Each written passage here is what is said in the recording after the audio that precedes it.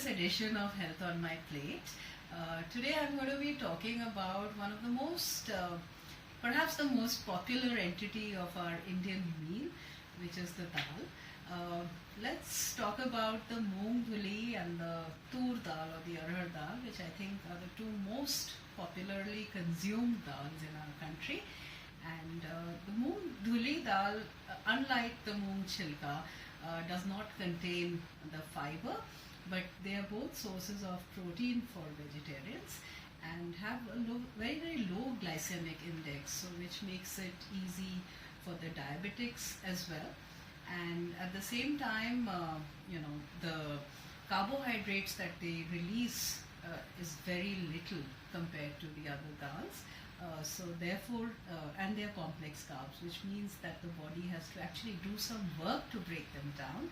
Therefore, it becomes, a good recommendation on our plate. So I'm going to be adding some spinach.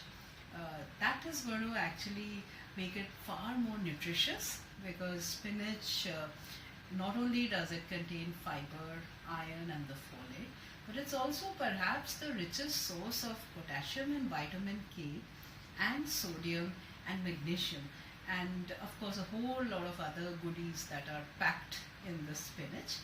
And I'm going to be using some steamed spinach that I always keep stocked in my refrigerator, and I shall be taking both the dals, the tur as well as the moong, to make it not only a little more interesting but also to add a little more of fiber and protein, because tur dal is a richer source of protein and fiber.